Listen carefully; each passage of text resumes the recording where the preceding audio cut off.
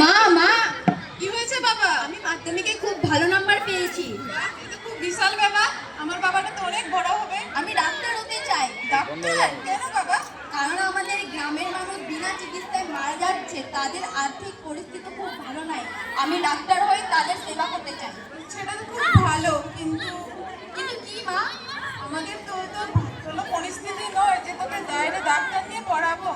মা আমি হাল ছাড়বো না। আমি আমার শিক্ষকের সাথে কথা বলে দেখবো, উনি নিশ্চয়ই করবেন। করিস।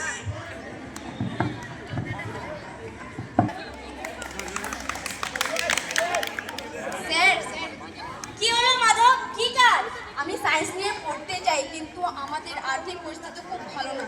তুই শুধু না বাবা, এই গ্রামে আরো অনেক অন্যান্য ছেলেমেয়েরা আছে যারা পড়তে চায়, কিছু হতে চায়, কিন্তু তাদের আর্থিক অবস্থা ভালো নয় বলে তারা পড়তে পারছে না। স্যার কিছু একটা করুন। চল নেতাদের কাছে যাই, ওরাই পারবে আমাদের সাহায্য করতে।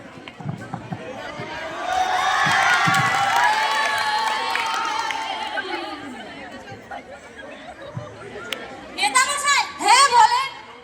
বলছিলাম যে আমাদের গ্রামে একটা সায়েন্সের স্কুল খোলার জন্য, কারণ আমাদের গ্রামে অনেক ভালো ছেলে মেয়ে আছে যারা পড়তে চায়, কিছু করতে চায়, কিন্তু তাদের আর্থিক অবস্থা খারাপ হওয়ার জন্য তারা পড়াশোনা করতে পারছে না।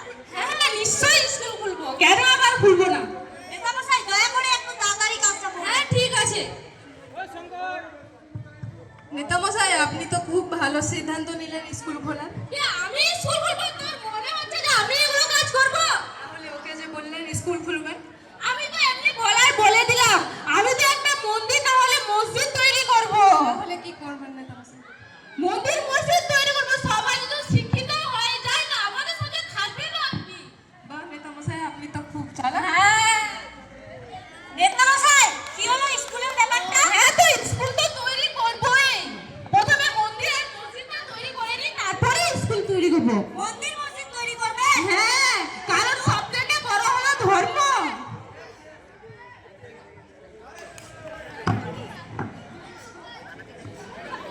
স্যার স্কুলের ব্যাপারটা কিচ্ছু হলো না, শুধু আজকালকার নেতারা ধর্ম নিয়ে রাজনীতি করছে।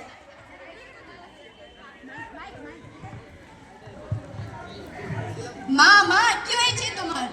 বাবা লাগছে আমি আর বাঁচবো না। না মা, আমি তোমাকে কিচ্ছু হতে দেব না।